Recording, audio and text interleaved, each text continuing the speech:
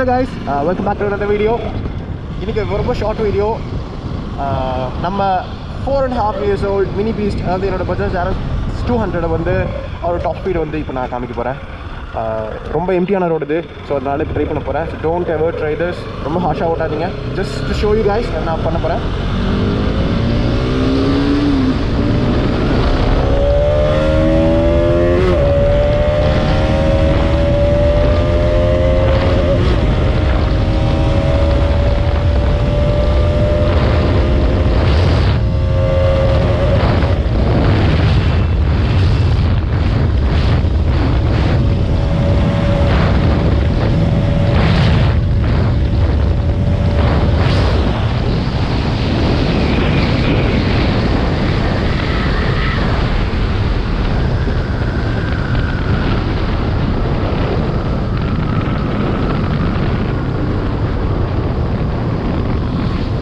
Okay, இப்போ just கிடைச்ச ஸ்ட்ரெச்சில் தான் ஸ்ட்ரெச் பண்ணேன்.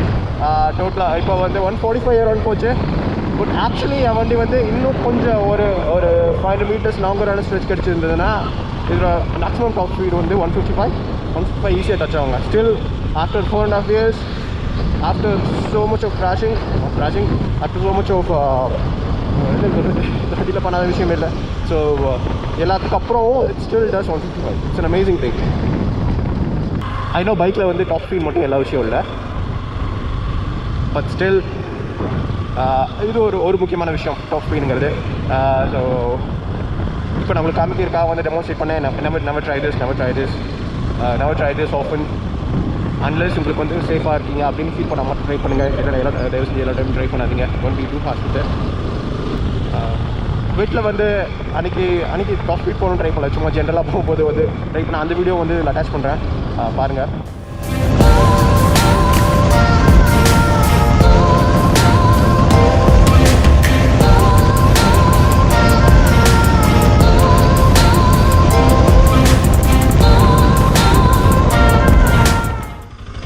ஆர்எஸ் மட்டும் இல்லைங்க, நீங்கள் என்ன பைக் வந்து வச்சுருந்தீங்களாலும் அதோட டாப் ஸ்பீடுக்கு, அதாவது அதோட கிளைம் டாப் ஸ்பீட் அல்ல உங்கள் பைக்கில் வந்து மேக்ஸிமம் டாப் ஸ்பீட் நீங்கள் போகிற டாப் ஸ்பீட் வந்து பல வருஷத்துக்கு மெயின்டைன் பண்ணணும்.